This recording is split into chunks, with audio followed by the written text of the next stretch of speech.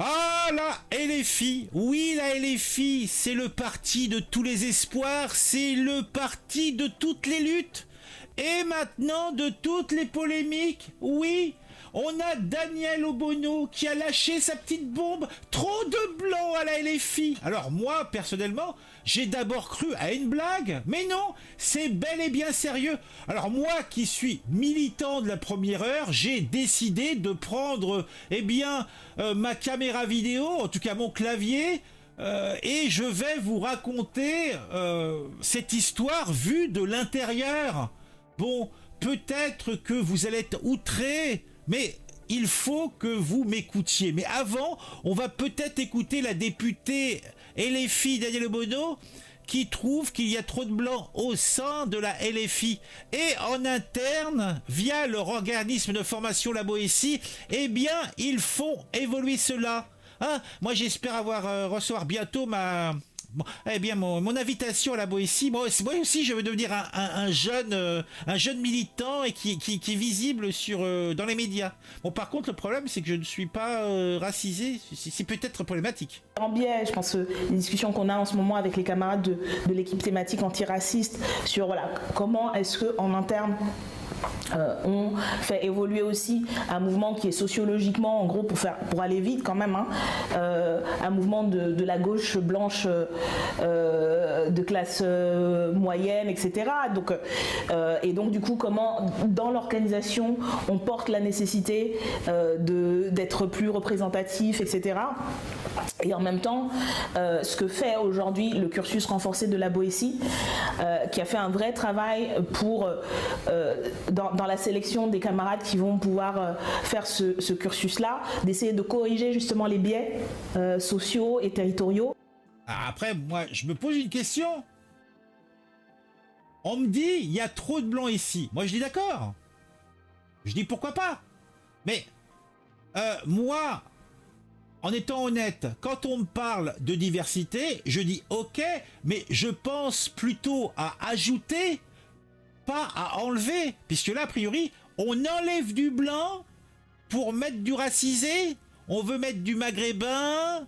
On veut mettre du Babako style, mais on veut enlever du corésien et pour mettre du Wamatou. Moi, c'est ce que je comprends. Hein.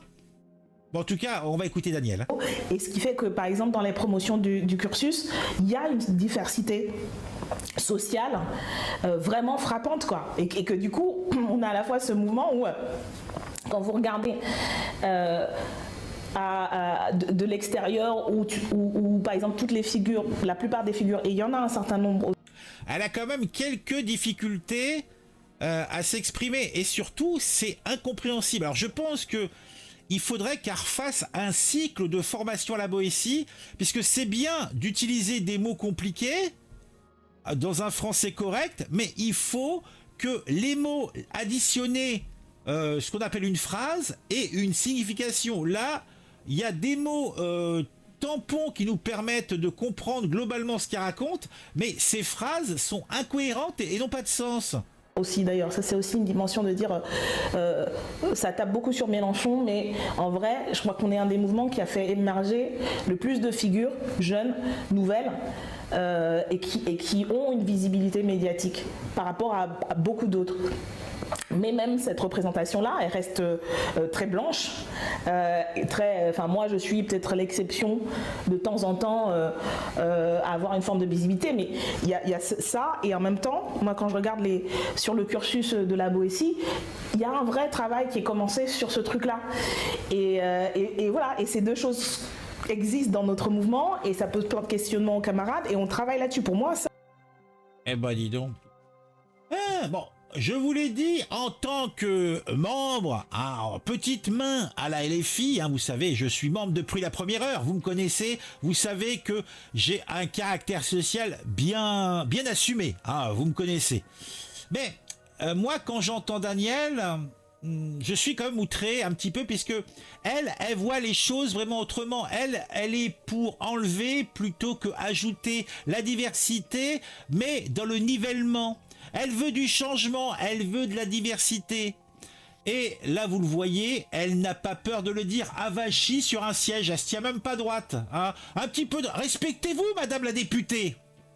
Bon, bien sûr, du coup, à la LFI, les petits blancs... Alors, elle a parlé de classe moyenne. Moi, de ce que j'ai vu à la LFI, hein, moi, je suis quelqu'un du peuple, hein, je suis le bas de la pyramide, mais c'est plutôt la classe moyenne haute, hein, plutôt que la classe moyenne. Hein. En tout cas, à la LFI, sans vouloir faire de mauvais jeu de mots, on aime bien secouer le cocotier. Et on aime bien remettre en question l'ordre établi. Mais là, je pense que Daniel Obono, c'est le cocotier, elle le remue pas, elle le déracine. Donc moi, en tant que militant blanc de la base de la France Insoumise, je me retrouve au milieu de tout ça et je me demande si je dois rire ou si je dois m'inquiéter. Parce qu'au fond, elle a pas tort, Daniel. Elle a pas tort. Il faut de tout pour faire un monde. Il faut des blancs, il faut des noirs, il faut des jaunes, il faut des rouges. Bon, peut-être pas de rouge, on n'est pas dans Game of Thrones et on n'est pas chez les Indiens. Mais en politique, on aime bien les étiquettes. Mais des fois, les étiquettes, ça colle un peu trop à la peau. Moi, ce qui m'intéresse beaucoup plus, c'est ce que disent les gens, c'est le courant qu'ils représentent, plus que leur carte génétique. Alors, qu'est-ce qu'on va faire maintenant à la LFI? Alors là, entre blancs et racisés, on va commencer à se regarder en chien de faïence, on va compter les couleurs, on va distribuer des quotas. Bah oui, pourquoi pas? Moi, je le sens venir, hein. Actuellement, le haut de la pyramide à la France Insoumise, il est blanc de chez blanc, hein. Parce que même Obono, c'est un second couteau dans l'histoire, hein. Ah, au premier niveau, bon, t'as peut-être, comment ça s'appelle, la go au patron, la go à Mélenchon, comment ça s'appelle? Je me souviens plus. La gourgandine, là. Hein, celle qui a mis la main dans le pot de miel. Des blancs, des noirs, des jaunes. Ok, mais pourquoi vouloir mettre des quotas? La compétence, hein? Et dans compétence, il y a con, il y a pétence. Bon, en tout cas, c'est pas simple. Donc, je pense qu'à la LFI, on va se retrousser les manches. On va montrer qu'on peut faire de la politique autrement. On a des idées, on a des convictions. On manque pas de bon sens, on a de l'humour. Hein? Donc, la diversité... C'est peut-être une bonne blague, ça surprend, ça dérange, mais au final, ça fait du bien. Alors osons la diversité, osons le changement. Voilà, on va faire ça. Ouais. Alors comment ils réagissent les internautes à cette histoire? Oh là. Donc il y a Cro-Blanc qui nous met une photo d'un monsieur assez revendicatif. Elle devrait tenter sa chance dans le pays de ses ancêtres, le Gabon. Il n'y a pas la moindre blanc à l'Assemblée. Elle se sentirait mieux. Ah, peut-être. Hein. Appliquer les préceptes de son chef en faisant la nouvelle France souhaitée par Mélenchon, mais pour cela devrait virer Mélenchon, Panot, Boyard et les autres, afin de les remplacer par des personnes créolisées à leur place, ce que l'on appelle l'arroseur arrosé. Léaumont, Boyard, Arnaud, Panot, etc. seront éjectés lorsque Mélenchon passera la main. J'ignore s'ils s'en rendent bien compte. Ça sera alors une totale victoire politique pour Ouria Boutedja. Oh mon Dieu! Oh mon Dieu! Ça revient au même. Et l'autre ça revient au même. Et l'autre fois, il y a un électeur du RN qui m'a dit ça, qui m'a dit l'AFI c'est devenu le parti des Arabes, et certainement qui s'attendait à ce que je lui donne une réponse de gauchiste et que je lui dise bah non, c'est pas vrai. L'AFI, c'est le parti de la justice sociale. Voilà. Et non, je lui ai pas dit ça. Je lui ai dit oui, tu as raison. L'AFI, dans l'état actuel des choses, et tu as bien fait de rappeler que ça pouvait changer, c'est le parti des Arabes. Comment ça pourrait être autrement, alors que c'est le seul parti qui parle bien des Arabes, c'est le seul parti qui s'adresse bien aux Arabes, et c'est le seul parti qui reconnaît que la lutte antiraciste et que la lutte contre l'islam. Alors là, mais non, mais j'ai toujours du mal, moi. Pourquoi ils nous mettent... quel est le rapport entre les Arabes? Alors, je sais pas, mais c'est pas des Arabes, c'est c'est Nord-Africains. Pourquoi ils s'associent les Arabes sont d'Arabie Saoudite? Il y en a pas. Hein. Homophobie, ce n'est pas un L'islamophobie, tiens, ça faisait longtemps. repli communautaire, mais c'est une lutte pour la dignité. Non mais elle a quoi sur la tête? Une choucroute? Comment ça ne pourrait pas être le parti des Arabes? C'est le seul. Et ça, les chiffres l'attestent. Les chiffres attestent qu'effectivement, c'est le parti des Arabes. Donc voilà, donc Gérard... Elle devrait faire gaffe aux ses oreilles quand même. Elle a au moins 1 kilo, elle a des lingots d'1 kilo à chaque oreille. Elle a des putains d'oreilles aussi. Hein. Bon, elle a des oreilles blindées. Hein. Je lui ai dit ça et... Ah, bon, il y a d'autres choses. Tiens, alors, oui, tiens, elle était pas bien, la poissonnière, hein, quand l'autre, elle avait fait sa petite déclaration, là. L'antiracisme a besoin de voix et de visages incarnés, et non pas de porte-parole éloignés. Attends.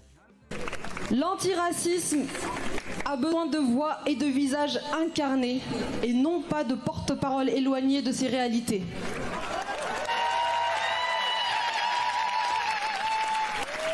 Cette époque du porte-parole est révolue. Après, vous savez ce que c'est dans l'humanité, ce qui est le plus diffusé et ce qui est le plus présent, c'est comme le racisme, faut dire ce qui est. Hein. Ça fait bien plaisir. Hein. Alors on a quoi? Partout, vous cherchez des dépolitisés au droit du pouvoir, d'agir et de s'engager. L'ère des porte-parole est révolue. Nous le voulons derrière nous, car nous, on est faibles sans nous et on fait contre nous un mot pour soutenir. Ça veut rien dire. Je comprends pas pourtant en tant que gauchiste gauchisant, un membre de la LFI à la base, je comprends pas moi. Le gauchisme, c'est le type qui te dit que les races n'existent pas mais que les blancs sont responsables de la misère des noirs. Ah bon? Bah dis. Même dans leur rang, il y a un grand remplacement mais ça n'existe pas. Le gris ça marche, la France islamiste. Eh ben dis donc.